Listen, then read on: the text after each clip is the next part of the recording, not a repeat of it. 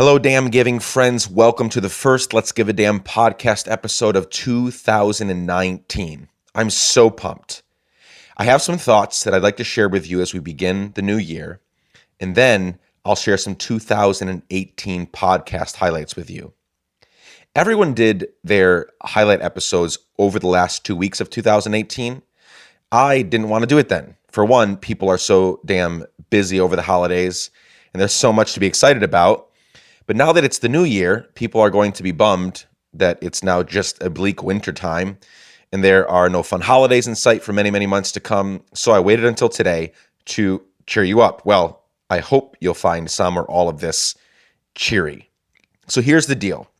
There are so many things that are out of our control, right? I won't begin to list them all because we'll be here for a very long time. Good things and bad things, all out of our control. A good leader and a great human accepts those things which are outside their control. Not that we sit around idly.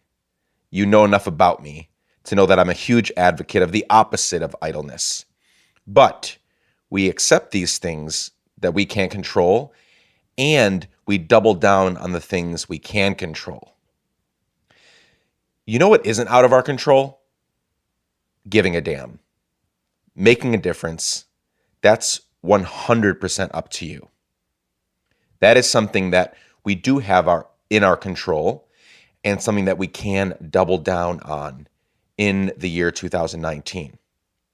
So recently I did a little project with Blake Mykoski and Jake Strom from Tom's, the shoe company.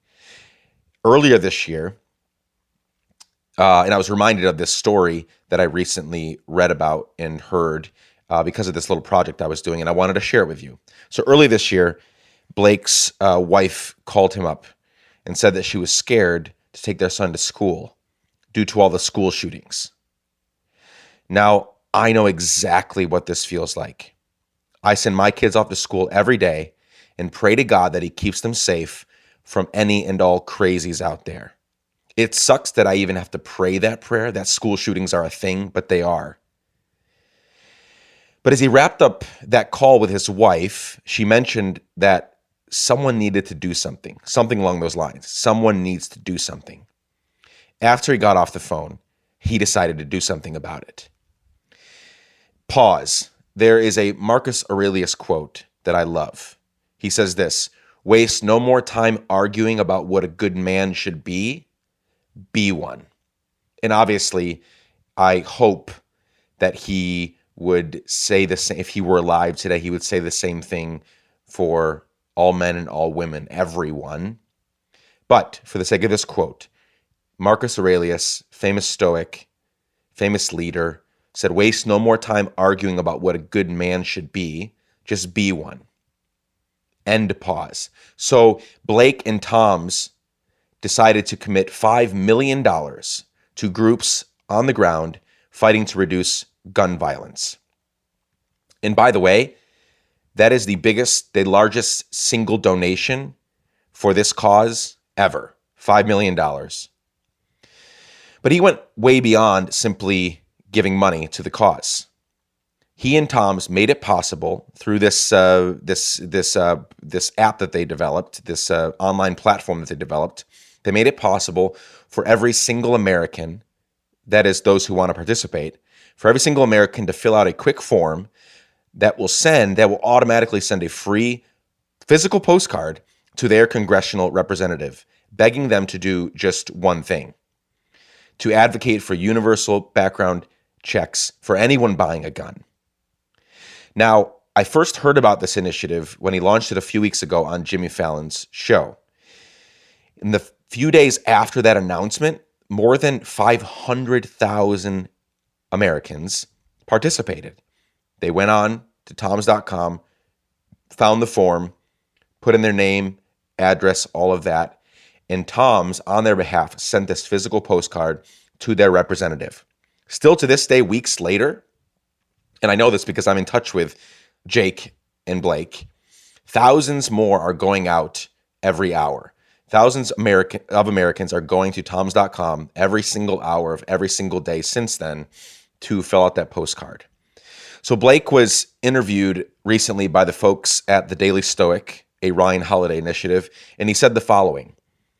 When 90% of Americans are in favor of universal background checks, it is not a political issue anymore. It is a human issue. We all want to be more safe. All I am trying to do is bring people together to have the politicians listen to the people they are supposed to represent, because our voice can be heard when we make it loud enough. It all starts with individual actions, and if enough happens, they cannot be ignored. History shows us that over and over again. End quote. Now, some of you cynical types out there are probably thinking, well, Blake Mycoskie, he's rich. Tom's is a famous brand. He launched his initiative on Jimmy Fallon. We can't do that. Now, first of all, you're wrong. I think you should have, if that was your first reaction, you should have bigger dreams. You should have more ambition, but we'll leave that for a different day. So allow me to give you a more relatable example then, perhaps.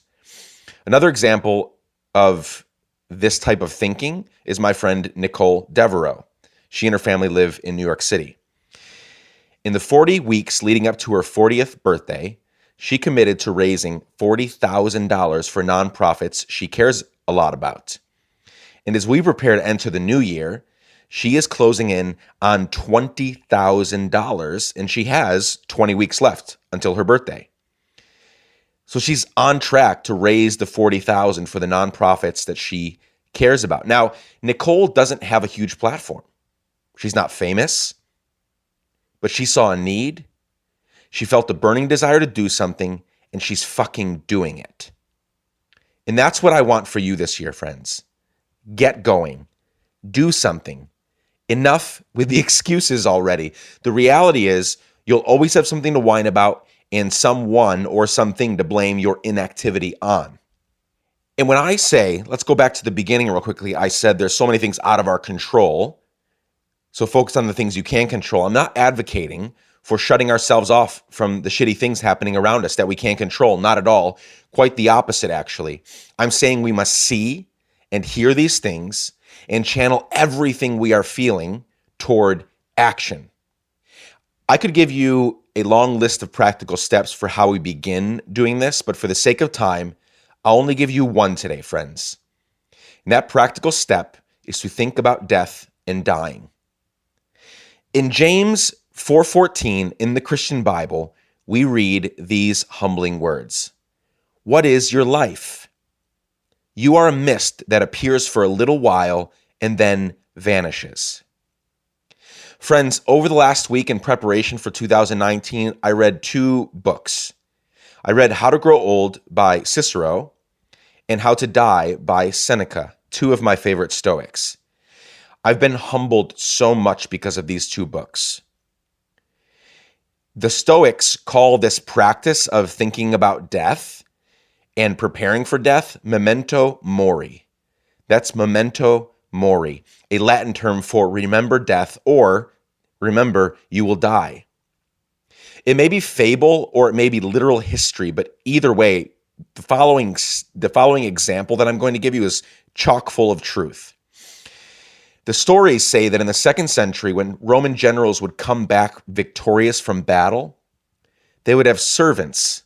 These are big-time generals. They just won a battle, and in some cases, a war, and they would have lowly servants whisper the following words into their ears as they were riding through their victory parades. They would say the following, Respice post te, aminin te esse memento, memento mori. Translated, they said this, look behind you. Remember that you are but a man. Remember that you will die.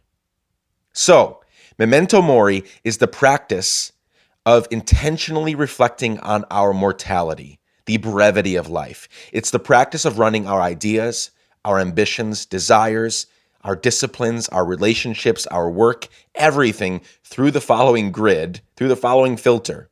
I'm going to die. This one thing is sure. So what will my legacy be? Friends, I'm 1,000% convinced that people who are aware of their mortality and the brevity of life are more successful, more humble, more bold, and they give more damns than everyone else around them. One of my favorites, Rabbi Harold Kushner, says it this way. And if you've heard me over the last year or two or three, I've said this before, but I love coming back to it. He says, our souls are not hungry for fame, comfort, wealth, or power. Our souls are hungry for meaning, for the sense that we have figured out how to live so that our lives matter. So, in 2019, you'll see, hear, and feel a million things that are outside of your control. I want you to accept those things and look intently at the things you can control, namely making a difference in the world, giving more damns than ever before. How? Well, so many reasons, but for the beginning of this year, let's focus on thinking about growing old, about dying, about death, about our mortality, about the brevity of life, because since you only have one go at life, you should give it your all, right? Make 2019 the year you give more damns than ever before. Okay, I hope that was in a really weird, roundabout way, cheery. I think it's a cheery thing. Death doesn't scare me. I'm not saying that I don't have moments where I think about death and have weird feelings about it, because I want to live for a long time. I have a lot to do. I want to grow old with my wife and my kids, and I want to do a lot of amazing things. But death doesn't scare me, and it shouldn't scare you. We are one little blip on the radar in the course of history. We're here for a little time to do our work, to make our mark on the world, to make a difference, to give a damn.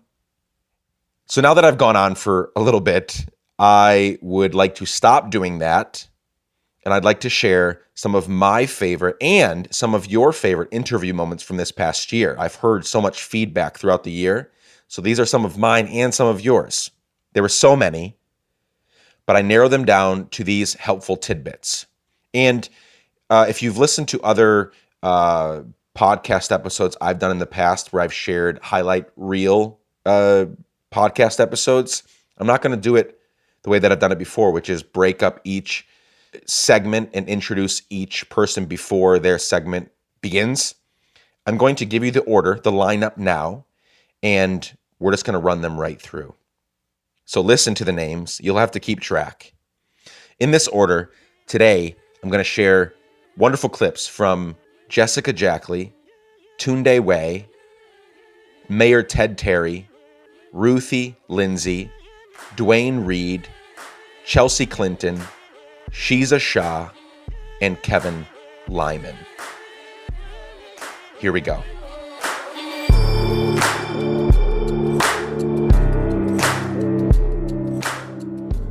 There are seasons of life where we should take care of ourselves. I'm a big proponent of that. So why should those listening, Let's Give a Damn family, why should they continue or begin to give a damn based on your experience? Sure. Just looking for general advice, general words of wisdom. It's funny because I don't like to should people, but I will say, I'll just put this out there. I feel like I've said this before. I gave the commencement speech at UCLA a few years ago, and I basically was like, listen, I feel like I'm the richest person in the whole world. Not necessarily financially, although we're so blessed and lucky to be able to pay the mortgage, et cetera, right? Yeah. But I feel like in all these other currencies, I have hit the jackpot, right? I get to work on things I truly believe in every day. I get to have flexibility in my work. I get to have autonomy. I get to choose to work with only people that I find to be compelling and inspiring and have integrity. Like, I don't feel like I'm compromised. My life feels very integrated. I feel like I've gotten paid in adventures, like crazy, right? Amazing, right? If you pay me in a trip, pay me a plane ticket to travel to a new country, and I'm in. You tell me anywhere, I'll go. Yeah. So I feel like to work on things that serve others, why wouldn't you do that? I don't think there's a better way to find fulfillment and joy and happiness, and again, to like feel like you are the most abundantly privileged person on the planet. So I feel like if you need to be talked into it, then you might not understand really what the option is. That's super right? helpful. So you Yep. you shouldn't need to sit around and feel like this is a prescriptive, I'm shaking my finger right now at the microphone. Yeah. Like this is a no pressure situation, Right. but goodness gracious, if you want to, I think, find the greatest, joy and Yeah, happiness and that's fulfillment key. and connection, you can. And it's not through I think it's not going to be through the traditional, or let's just say the dominant paradigm of go out, protect only yourself, Yep. be a hoarder of things and money, and giving. It's such a classic sort of cheesy cliche, but you really, if your focus is on what you can offer, you will get back 10 times what you are attempting to put out into the world.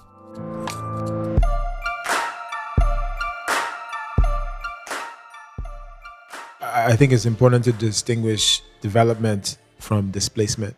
And when I talk about gentrification, I'm talking about the displacement of people from their communities because of what I call discriminatory development. And it's discriminatory because generally folks of color and low to moderate income folks are the ones that are displaced. Specifically, low to moderate income folks of color are displaced by white middle class, upper middle class professionals in cities. That racialized and economic reality of gentrification is always fucked up. Yes. Always. Yes. But does that mean that it doesn't benefit some people? Of course it does. But that doesn't mean that it's still not fucked up. Yeah. Yeah. I was driving around with a friend of mine a year or so ago, and dude has a heart of gold, amazing human, just great person. But we're driving around his neighborhood, and he pointed out some projects that were being torn down to put up nicer condos, right? And he was elated, not because people were getting displaced, but because there'd be less crime and less homeless people. And like the way they do, like he was thinking in his little, and I love the guy. Yeah. If he's listening to this and he puts two and two together and connects the conversation, I love you. The point is, in his mind, in his worldview, he had figured out how to separate these two things. He's thinking, I'll have less people panhandling, less people coming to my door, less people doing this, less people doing that. Not at all thinking about the 70, 80, 100 families that lived in that complex that now, where do they go? Tell us, where do they go, right? Yeah. I mean, I don't know where they go. They get pushed to where they can afford, which is 20, 30 minutes outside the city, which is likely that it's not on a bus route anymore. So they lose their jobs. They can't go to school multiple things happen, which now sets them way back. Yeah. I really love the distinction you made. I'm not sure I've ever heard anyone say it that way, and I've had lots of conversations about gentrification. There's a distinction that we must recognize. We're not talking about development here. We're talking about the displacement of people, which is driven by development. Yeah. Is there a way to do it right? I think so. I don't know because the way to do it right is connected to other things. And even I think to do it right, you have to have a systemic approach. It's complex for sure. But yeah, you need a systemic approach. You need to, address transportation. You need to address education. You need to address, the biggest thing I think is wealth. Yeah. Because there's also a deficit of market rate housing, or a projected deficit. We're talking about 20,000 units. Now, that is unfortunate for folks who don't have access to that housing. But the sort of misfortune there is, in my mind, and I could be wrong, one of inconvenience as opposed to one of like serious consequence, right? If you have a vehicle, if you have a good job or good enough job, if you even maybe can work remotely, if you have educational class privilege, then you're being inconvenienced when you can't find housing because you're not going to be destitute. Probably your commute is going to be longer, but you're commuting in your own vehicle. Yep. So this problem affects different strata, but the consequences differ in each socio-economic group. And I think the consequences are a lot more dire when we're talking about low to moderate income folks.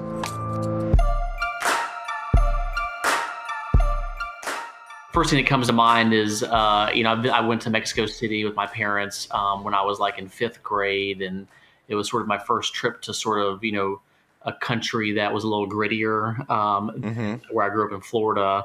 And I remember being in this like sort of street market, and it was kind of smelly and seemed a little kind of run down. And my mom who lived in Mexico City in the 70s when it was even sort of more rough and tumble than when I went like the mid 90s. Was like, oh no, there's some really good food here.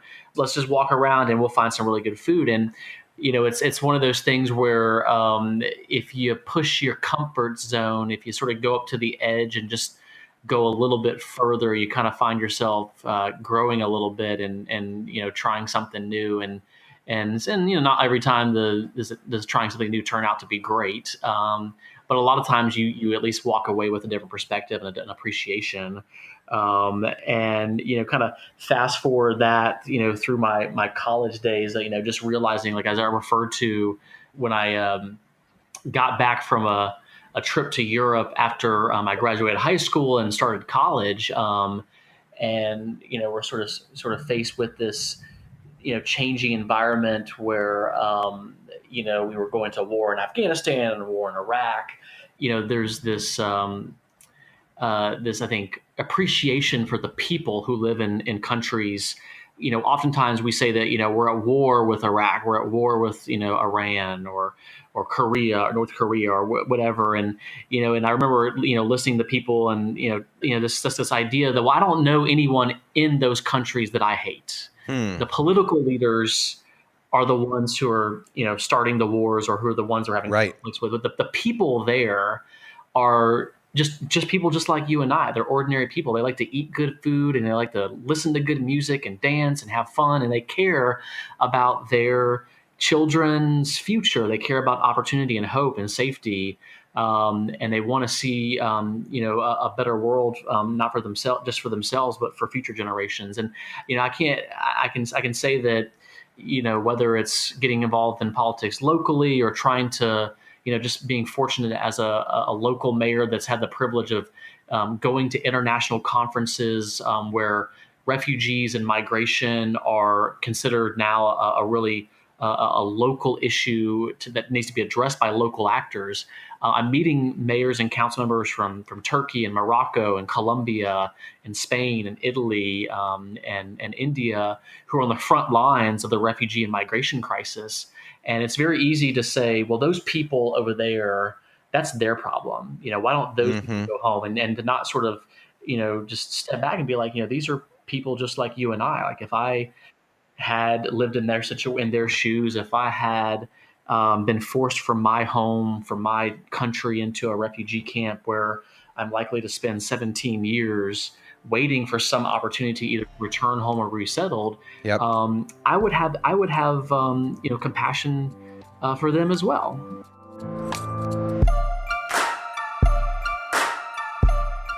I've spent 16 years living outside the U.S., 10 in Guatemala, 6 in 30 plus countries around the world. I don't feel like America's my home because I've spent like really the pivotal years, like the big years of my life away. Yeah. But I've lived back here for the last 10 plus years, and I truly did not know. And I can fall off one side of the horse and say, well, this is the worst place on earth. It's not great in any way, blah, blah, blah. And I can just go. Sure. Or I can say, we've got some work to do, people. Yeah. We've got some work to do. That's right. And I think the only way that'll actually happen is through relationship. I really, truly, that's like, literally could cry even thinking about it. Like when I think about my brothers and we are so opposite. They probably think I've lost my goddamn mind and gone off the deep end, but we love each other so much. And like, we still trust each other. And so they are my constant baseline of coming back to like, we can be so different. Yeah. But like, we ultimately want to be loving humans. We want to treat people like they are honestly the kindest. Like, I was home for Christmas, and one brother, we're driving through town, and he pulled over 2 different times to men walking on the street, these African-American men, gave them money, knew their names, asked about their children. It's amazing. Literally, he's asked to do everyone's funeral in my hometown. Everyone, every race, because everyone feels he's the doctor in the hometown. Everyone feels so loved and so seen and so cared for by him. I have another brother who, they're really different too, but they are just, I went home, they had redone their house and it was ready around Christmas time. And they were like, next level, their house has been finished before anybody else's house ever gets done. Like, everyone has nightmare stories about dealing with construction and the construction workers. And literally, it was almost Christmas, and all these guys were still at their house. It was done in some sort of record time. They knew every single person's name that was working at their house. He had Christmas gifts for every single person that had been working. It was a lot of Hispanic men, and they felt so loved by my brother and my sister-in-law, and those, like, all the kids, they'd call him like Mr. Ed, and they knew everyone felt loved and seen and cared for. They were literally, it was like 2 days before Christmas, and I'm like, why are they working? They're like, they insisted to have this finished because they wanted us to be able to have it ready. But I'm like, nobody does that, but it's because they felt so loved. And like, we voted very differently, and we see the world very differently in a lot of ways, but they treat people with love, dignity, and respect. Period. We have different views on gun law. Like, there's all the things. All the stuff. But I'm telling you, these stuff. are the most precious men. And they are examples of how to treat people for me. And I try to come back to that. You know, when I'm doing this us against them thing, I don't want to do that. My tendency is to draw this line in the sand. And I don't want to do that. I don't want to live like that. It's us against them. Because that's where my brain, we have these animalistic, we want to make sense of everything. So that makes the most sense because we see this pain and this suffering. So I'm going to make this black and white thing. This is going to make it better. And this is, and it's like, life is not black and white.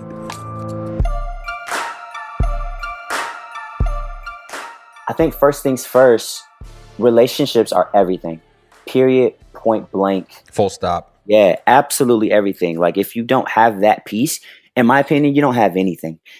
I think the social and emotional needs of a student are what's most important. At the very end of the day, we're human, It's not teacher, student.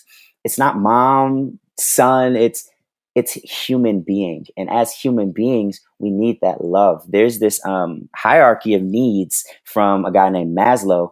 And it starts off by saying, like, you need to be loved as a human being before I need to reach your heart before I can reach your head, essentially. So I think that really playing up those relational pieces, the handshake, the high five, like greeting them by their name, a hug, if that's appropriate, I think that really goes a long way because it says to you, I see you, I value you. You mean something to me. I'm happy that you're here. And a lot of students, a lot of people in general, they might not ever hear that. Like, in my family, it's common. But a lot of people, they don't have that in their family. They don't have somebody to say, you know what? I love you. You get on my nerves, don't get me wrong, but I love you. And I think it's appropriate. I said that to my kids every day. I was like, look, y'all get on my nerves, but I love you and I'm not going nowhere. So I think that relationship piece is so huge. And like you said, being a teacher is hard work, man. It's really hard. I actually had to take about 3.5 weeks away from school to care for myself mentally and spiritually and physically, because teaching is hard work.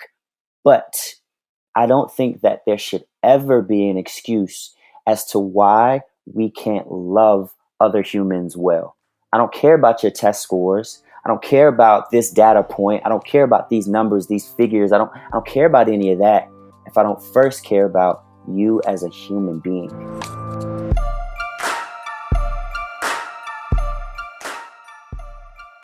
I just don't think being a person of inaction is an option, and particularly not at this moment in time. I've had a lot of people say to me since the election, like, don't you just want to crawl into bed and like pull the covers over your head? I'm like, what good does that do anyone, right? That doesn't do like my children any good or the world that I want to live in like tomorrow, much less kind of for them to live in for, many tomorrows.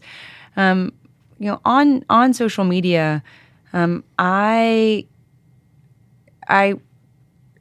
consume really only social media kind of through Twitter and once in a while Facebook. So I'm not on other social media platforms. And I think that probably somewhat helps me remain healthy because there is kind of a limit to my kind of social media consumption if it's narrowed kind of to those platforms. And I also really do believe that kind of when trolls, whether kind of bots or real people trolling, are saying, heinous things about me or anyone else, that reflects so much more on them than on me. Yes. And I really do believe in the golden rule, and that may not be particularly fashionable right now, but I really believe in kind of doing unto others as you would have them do unto you. And so I very much kind of always at least try and believe I do come from a place of kindness and respect, even if that is not being kind of either served to me or returned to me. I do, though, think it's important to not kind of dwell in the trolling for very long, but also to not ignore it. I think it is important to shine a light on it, particularly when it is so kind of offensive to a sense of kind of common decency. I mean, I've been just horrified by the attacks on the courageous Parkland students. I think kind of what has been kind of shelled out to Emma Gonzalez in particular is just unconscionable. And so I do think it's important to kind of shine a light particularly on the darkness that is trying to kind of snuff out her light, to say, no, like, we're not going to let that happen. And we're going to not only kind of protect and kind of push back on, but just continue to elevate and kind of show solidarity.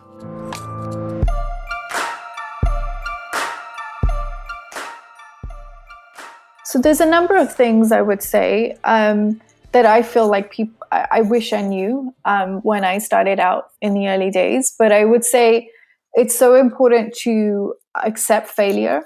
Everything that I've learned has been from the moments that I've failed, from the moments that I've fallen down. And it's okay to welcome those moments, because those are the ones that are really going to teach you and build you up for the successes. So that's one thing.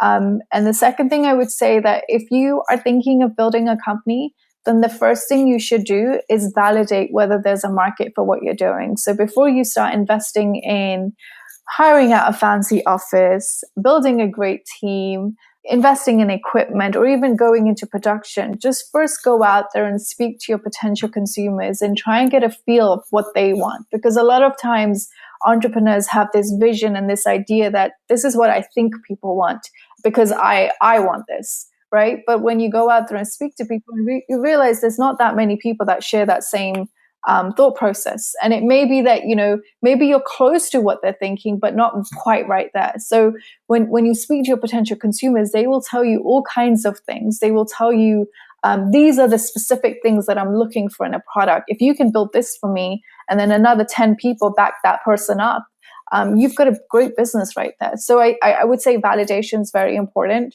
And 3, I would say really try and figure out how your business will survive without external investment, without public funding, without grants or donations. Really try and build a sustainable business model, because you will be able to stand on your own 2 feet and never depend on any other resource or any other body to provide for your company. The business will thrive on its own if it's able to generate its own capital.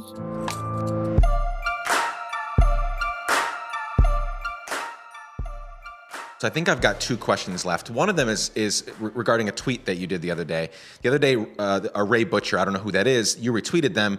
They said, after the Parkland shooting, said, I'm joining whatever political party those kids in Florida just started. And you retweeted it and said, it is time to get out of the way and let the youth lead themselves into their future. Yes. What was your heart behind that? What did you mean by that? You're an accomplished, you said 57-year-old, like you've done so much. Like, why would you, who has a lot of influence, say that? Like, that's... I get in trouble, and my wife says, you said it, and I don't care if I say it again. Sure. I said, at one point I said, the vote should be taken away from people over 65.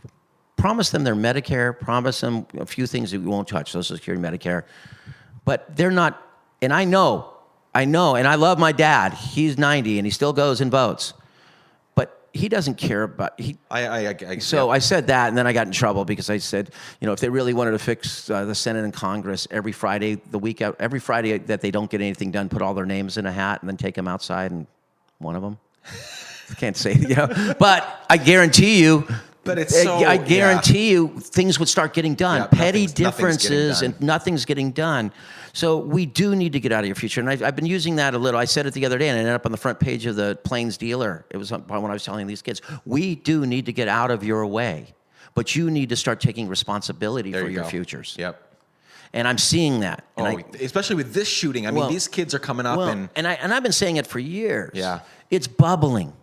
We can't bash the millennials. The millennials will probably save us from technology because they're the only ones that grew up in technology and know how dangerous it could be for people. Yep. So when they have children, maybe they're going to say, and I see it already, they're starting to have kids. Yeah. Where do they want to? They want to teach their kids how to grow a tomato. Yep. They want to teach them how to cook something. They want to get them outside. Read a physical book. A book, and they have to activate as quick as possible because in another few years, it may be too late for your futures. And there's a great book, it's Baby Boomers, a generation of sociopaths. They really are. They're only looking out. When everyone says the world's doing great right now, well, in 2 weeks because the stock market went up a little bit and their pensions are doing better this week. But they're selling out your futures. Yep. And it's time for every young person to look within inside and want to see what their world's going to be. Yeah.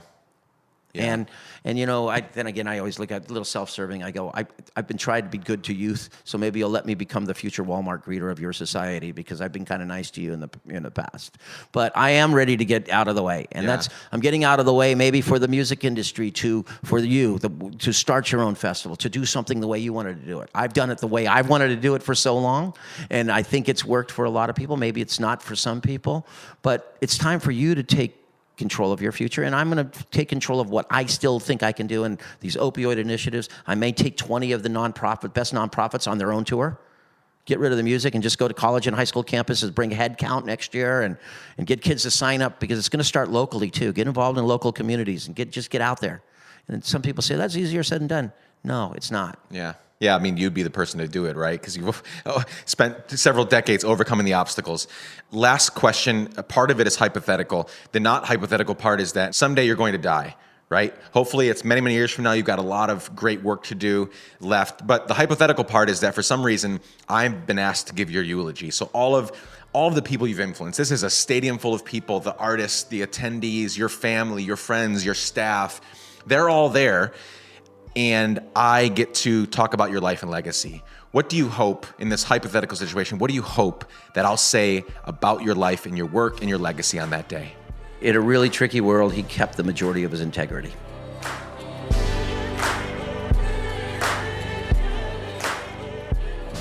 Friends, thanks so much for joining me for the very first podcast episode of 2019. So much in store for y'all in 2019. In the next month or so, we have episodes with the wonderful Scott Hamilton, figure skating legend, Nicole Devereaux, whom I referred to earlier in the episode, Claude Silver, VaynerMedia's chief heart officer, and so many more. If you have any feedback, suggestions, ideas, thoughts, whatever, hit me up via email, hello@niclaparra.com, or on Twitter @NicLaparra. And if you're not following us on social media, @Let's Give a Damn, you are missing out. We share so much there that you'll never hear about on the podcast or see on the podcast. Obviously, you don't see stuff on a podcast. Additionally, we send out a weekly email that you should be getting in your inbox. If you're not, you're missing out. You can find the link to sign up for that on our Instagram bio link. Click on it. or by looking in the show notes for this episode.